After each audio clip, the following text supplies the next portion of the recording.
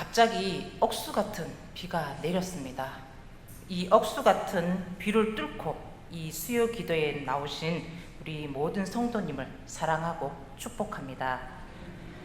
하나님께서 매일의 삶 속에서 부어주시는 은혜를 경험하는 성도가 되고, 또 부어주시는 말씀을 늘 마음에 새겨서 그 말씀이 우리를 새롭게 하고 우리를 더욱 성장하고 성숙하게 하여서 더 강한 믿음의 사람으로 주님께 쓰임받는 우리 모든 성도님이 될 수 있기를 주님의 이름으로 축원합니다. 제가 오늘 말씀을 예화로 시작하려고 합니다. 우리가 나는 자연인이라 라는 예능 프로를 여러분은 보셨을 겁니다. 여기 한 사람이 시골에서 통나무로 집을 짓고 홀로 사는 병자가 있었습니다. 그의 집은 통나무로 지어져서 모든 것이 좋았는데 딱 한 가지가 좋지 않았습니다. 그것은 대문 앞에 아주 커다란 바위가 있었습니다. 그 바위 때문에 그는 집을 출입하는 것이 불편했습니다. 그래서 그는 하나님께 기도했습니다.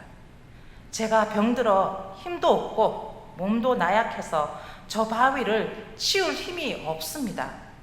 하나님, 부디 저 바위를 치워주십시오 라고 기도를 했습니다.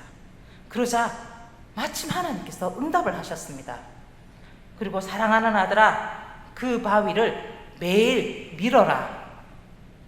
이 사람은 하나님께 응답받고 너무 좋아서 매일 그 바위를 밀었습니다. 그런데 이게 웬일입니까? 한 달, 두 달, 1년, 2년, 3년이 지났는데도 그 바위는 꼼짝도 하지 않는 겁니다. 그 사람은 시험에 들었습니다. 하나님의 말씀을 듣고 순종했는데 변화가 없었기 때문입니다. 바위가 밀리기는커녕 꼼짝도 하지 않는 겁니다. 그래서 이번에는 하나님, 제가 그동안 헛수고를 했네요. 바위가 전혀 옮겨지지 않았습니다. 제가 이제 어떻게 하면 좋을까요? 라고 하나님께 그 사람이 기도를 했습니다. 그러자 하나님의 음성이 들렸습니다. 내가 너에게 바위를 옮기라고 한 적이 있느냐? 그냥 밀라고 하지 않았느냐? 그러면서 그 하시는 말씀이 가서 거울을 보아라 라고 하였답니다. 그래서 그 거울을 보았더니 3년 전 그의 병들었던 비쩍 마른 앙상했던 몸은 온데간데없고 살과 근육으로 몸이 건강해져 있었답니다. 말씀에 순종하면 내가 원하는 것이 아니라 하나님의 위대한 뜻이 나에게서 열매를 맺게 되는 것입니다. 바위가 옮겨지길 원했지만 하나님께서는 그보다 더 급한 문제를 해결해 주셨습니다. 그리고 그 해결은 하나님 말씀에 최선을 다해서 순종하는 그 사람에게 이루어 주신 것입니다. 우리가 매일 하나님께 기도할 때 하나님께서는 엉뚱한 곳에서 응답을 주시든가 아니면 우리가 원하는 것이 아닌 다른 곳으로 응답을 주실 때가 있습니다. 이럴 때 우리는 기도에 대해 회의감을 가질 수 있습니다. 기도하면 이루어 주신다고 하셨는데 어째서 내가 원하는 대로 이루어 주지 않는 걸까라고 생각하기 때문입니다. 이럴 때 마음속에서 일어나는 모든 불신을 접어두고 그 결과를 가지고 하나님께 왜 이렇게 응답하셨을까 하고 다시 하나님 앞에 엎드려서 그렇게 여쭤보는 겁니다. 그러면 필히 오늘 예화의 내용처럼 하나님께서 왜 이렇게 엉뚱한 것처럼 보이는 응답을 하셨는지 알게 되고 또 그 응답에 대해 하나님의 세미하심에 놀라 감사함으로 하나님과 더 깊은 만남을 경험하면서 우리의 믿음이 더욱더 성숙해질 것입니다. 계시록 2장 17절 말씀을 보면 귀 있는 자는 성령이 그에게 하시는 말씀을 들을지어다. 이기는 그에게 내가 감추었던 만나를 주고 또 흰 돌을 줄 터인데 그 돌 위에 새 이름을 기록한 것이 있나니 받은 자밖에는 그 이름을 알 사람이 없느니라 라고 합니다. 하나님으로부터 받은 은혜, 하나님으로 받은 기쁨은 이와 같이 받아본 사람만이 알고 받아본 사람만이 느낄 수 있다는 것입니다. 원하기는 여기 계신 우리 동춘제일교회 모든 성도님들이 모두가 이 성숙한 믿음으로 이러한 은혜를 꼭 누릴 수 있길 바랍니다. 오늘 본문은 빌립보 교회의 목회자인 에바브로디도가 로마의 옥중에 있는 바울을 돕기 위해 파송되어졌다가 그가 병에 걸려 죽게 되었습니다. 그러나 하나님의 은혜로 건강이 회복되어졌습니다. 그래서 바울은 에바브로디도를 속히 빌립보 교회로 돌려보내며 교회가 기쁨으로 그를 영접하길 바라고 이처럼 자신의 몸도 돌보지 않고 주의 일에 힘쓰는 이들을 존귀하게 여길 것을 부탁합니다. 이러한 바울의 생각과 마음의 중심 그리고 에바브로디도와 빌립보 교회 성도들의 모습에서 우리는 성숙한 믿음의 자세를 볼 수 있습니다. 이는 나만 중시하는 것이 아니라 상대를 생각하고 배려하기 때문입니다. 오늘 본문을 통해서 우리는 성숙한 믿음의 은혜가 무엇인지를 알아보는 시간을 갖도록 하겠습니다. 먼저 상대를 칭찬하는 곳에 성숙한 믿음의 은혜가 있습니다. 오늘 본문 말씀 25절을 보면은 그러나 에바브로디도를 너희에게 보내는 것이 필요한 줄 생각하노니 그는 나의 형제요 함께 수고하고 함께 군사된 자요 너희 사자로 내가 쓸 것을 돕는 자라 라고 합니다. 바울은 본문에서 에바브로디도를 부르되 여러 호칭을 사용하고 있는 것을 우리는 보게 됩니다. 첫째는 나의 형제요 라고 합니다.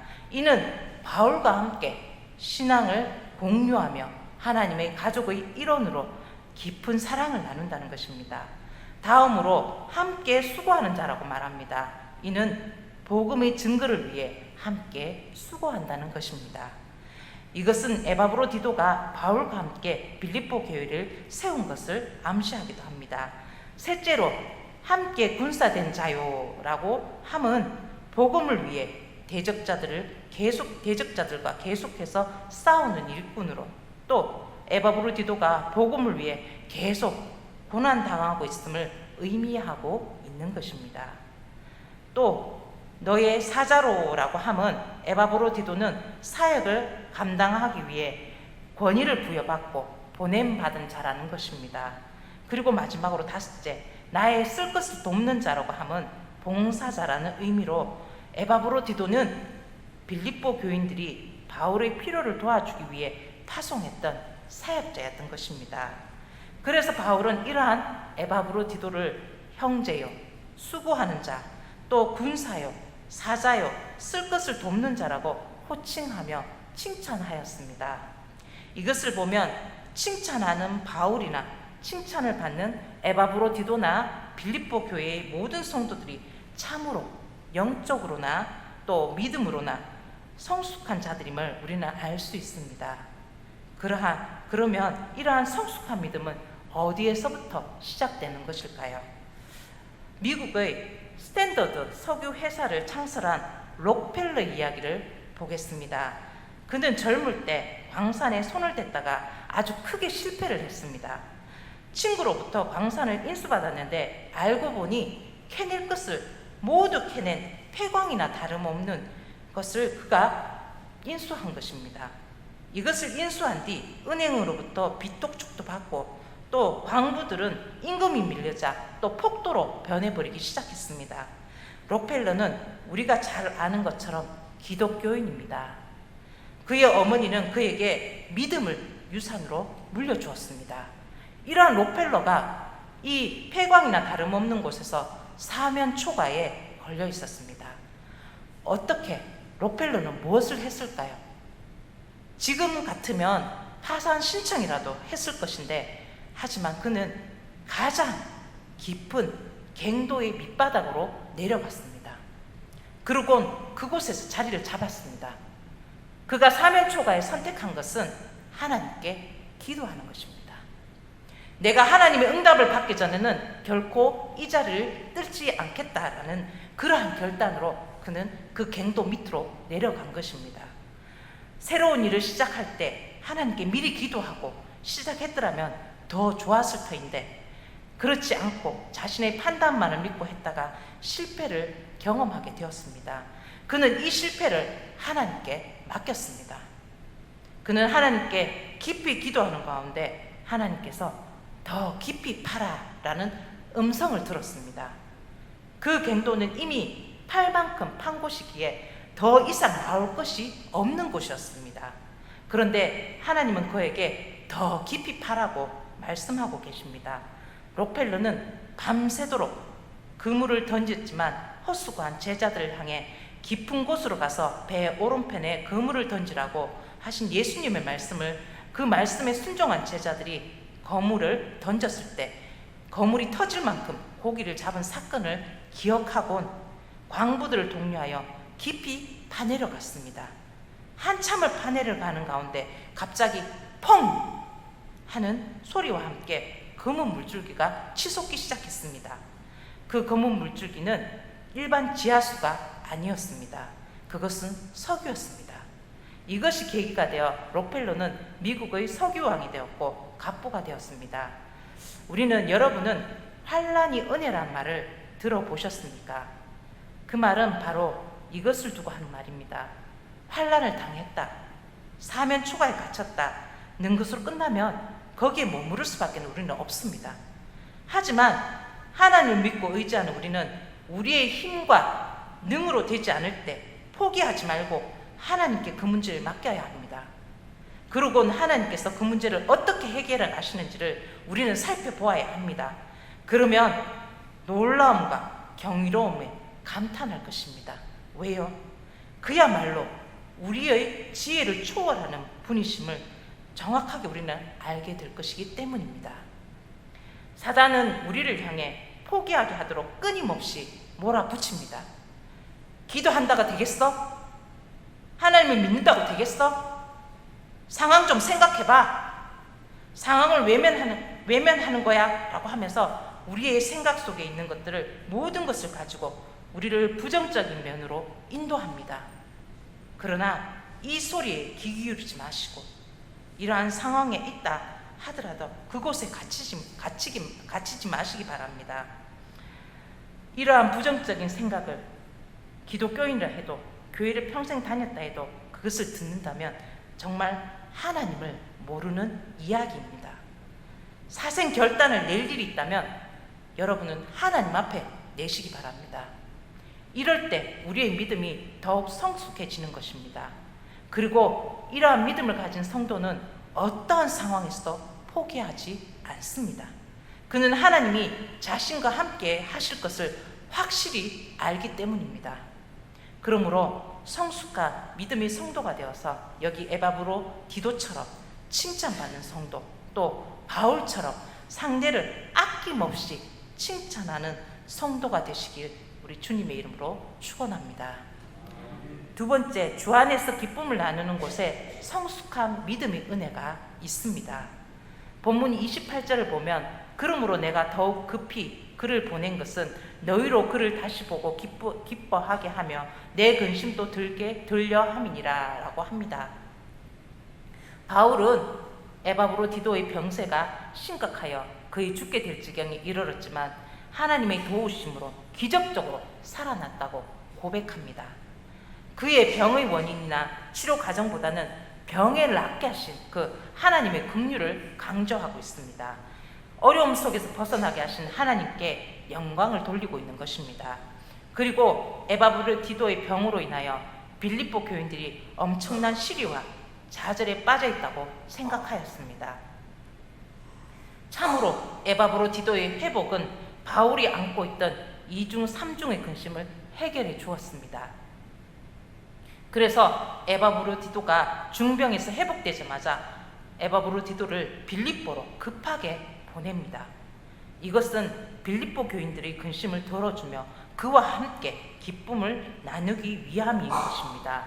바울은 중병에서 회복된 에바브로디도를 조금이라도 더 붙잡고 싶었을 것입니다.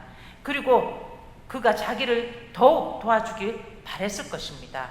하지만 바울은 자신보다 빌립보 교회를 먼저 생각했습니다. 그래서 하나님께 베풀으신 은혜를 함께 나누며 기뻐하길 원했던 것입니다. 오래전에 중동을 건설을 놓고 두 회사가 경쟁이 붙었습니다. 중동 지역은 여러분은 잘 아실 것입니다. 매우 더운 사막 지역입니다. 두 회사가 각기 대표를 선정해서 현장을 파견했습니다. 그리고 그들이 돌아와 각기 보고를 합니다.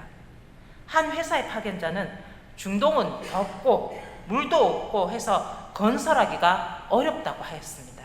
하지만 다른 회사의 파견자는 중동은 세상에서 가장 건설하기 좋은 지역이라고 했습니다. 그 이유가 1년 내내 비가 오지 않으니 비 때문에 공사를 쉬는 일이 없기 때문입니다. 또 현장에 모래와 자갈이 많으니까 자재 조달이 쉬워서 좋다는 것입니다. 그리고 더운 낮에는 자고 쉬며 밤에 선선할 때 일을 하면 된다는 것입니다. 이 둘의 시각이 모세 당시 가나안을 정탐한 사람들의 시각과 같다는 생각이 들었습니다. 갈렙과 여호수아는 그 땅을 취하자 능히 이길 것이다 라고 했고, 그 외의 정탐꾼들은 그들 앞에서 우리는 메뚜기 같다라고 한 것을 기억하실 것입니다. 하나님을 믿고 의지하는 우리는 적극적인 사고를 가져야 하며 믿음의 눈으로 우리는 바라보아야 합니다. 우리의 등 뒤에 누가 계십니까? 나의 등 뒤에 나를 도우시는 주, 바로 우리 예수 그리스도께서 계시지 않습니까? 그것은 우리의 힘과 능력으로 하는 것이 아니라 하나님께서 주시는 힘과 능력으로 하기 때문입니다. 믿음이 있으면 고난을 이겨내고, 고난을 이겨내면 모든 것을 이겨낼 수 있습니다. 그래서 하나님을 믿고 의지하는 믿음이 있다면 우리에겐 언제나 하나님께 주시는 기쁨이 있습니다. 하지만 믿음이 없으면 기쁨도 없습니다. 또 모든 것이 무너집니다. 믿음은 든든한 초석이요 기초입니다. 우리나라가, 우리 사회가, 우리 가정이 한순간에 무너지는 방법이 있습니까? 그 방법을 아십니까? 가정은 그렇다 해도 사회나 국가가 어떻게 한순간에 무너질 수 있겠습니까? 그것은 교회가 무너지면 가능합니다. 이것을 알았던 존 칼빈 등 신학자들은 10개의 경찰서를 세우는 것보다 1개의 교회를 세우는 것이 낫다라고 했습니다. 여러분, 교회가 바로 서야 합니다. 그래야 국가도, 사회도, 가정도 바로 설 수 있습니다. 이 말은 교회된 우리가 바로 서야 한다는 것입니다. 믿음으로 우리를 바로 세워서 하나님의 기쁨 안에 거하고 누리는 우리 성도님이 되시길 바랍니다. 이렇게 우리 주변을 평안하게 하고 태평성대를 이루게 하심으로 우리는 하나님 주시는 기쁨을 누릴 수도 있고, 또 하나님의 함께 하심 속에서 기쁨을 우리는 누릴 수 있습니다. 이것을 나누는 것이 간증이며, 여러분의 삶 속에서 아주 작은 미세먼지 같은 간증거리가 숱하게 여러분은 있을 것입니다. 그것을 찾아서 주변 사람들과 함께 나누고 교회에 와서 교우들과 함께 나누는 가운데 주께서 주시는 기쁨이 2배가 되고, 또 우리 믿음이 더욱더 성숙해 갈 것입니다. 끝으로 그리스도를 위하여 일하는 가운데 성숙한 믿음의 은혜가 있습니다.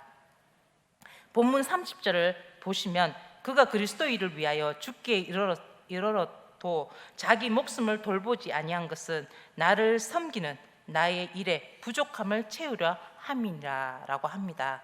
이 말은 빌립보 교인들이 바울을 적극적으로 돕고 싶었지만, 바울을 통해 주의 일에 적극적으로 참여하고 싶었지만 거리가 멀었기에 돕지 못했습니다. 그래서 에바브로디도를 파송했고, 그가 빌립보 교인들이 바울을 돕지 못한 부분을 채우기 위해 열심으로 노력했다는 것입니다.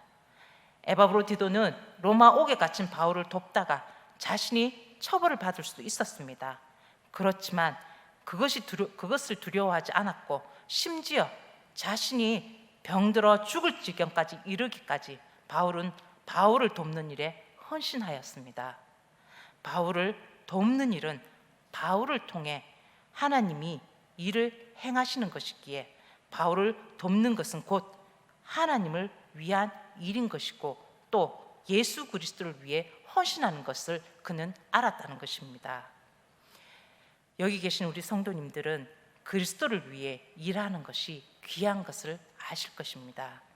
교회에 떨어진 휴지를 줍는 것이나 먼지를 터는 것에부터 예수 그리스도의 이름으로 기독인으로서 길거리에서, 집에서, 어디서든지 주변 사람들에게 봉사하고 헌신한다면 이 모든 것은 주를 위해 행하는 것일 것입니다. 우리가 주를 위해 일하지 않는다면 믿음의 시험들 이유가 없고 실망할 이유가 없습니다. 하지만 봉사로 인해 우리는 기쁨도 있고 괴로움도 있고 시험도 있다는 것을 우리는 알아야 합니다. 하나님께서 이 모든 일들을 통해서 우리를 정금같이 단련해 나아가시며 우리의 모난 부분을 둥글게 만들어 주신다는 것입니다. 이 과정은 마치 우리의 일부분을 잃어버린 듯한 괴롭고 뼈를 깎는 듯한 고통스러운 시간이 될 수도 있습니다. 하지만 중요한 것은 우리가 잃었다고 생각하는 우리의 모습은 우리의 껍데기에 불과하다는 것입니다. 하나님께서 우리를 연단하시는 그 목적은 양파의 속을 사용하기 위해 겉껍질을 벗겨내듯이 우리 껍질 속에 숨겨진 참모습과 그 가치를 발견하여서 정금같이 새롭게 하기 위함인 것입니다.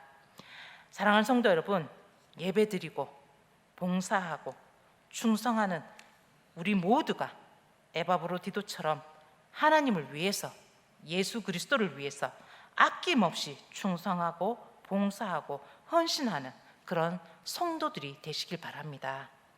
이러한 가운데 하나님께서 우리를 기뻐하셔 복과 놀라운 은혜를 내려주실 것입니다. 우리가 더욱 성숙한 믿음의 은혜 안에 거하는 성도가 되어 주님으로부터 칭찬받는 성도가 되시길 주님의 이름으로 축원합니다.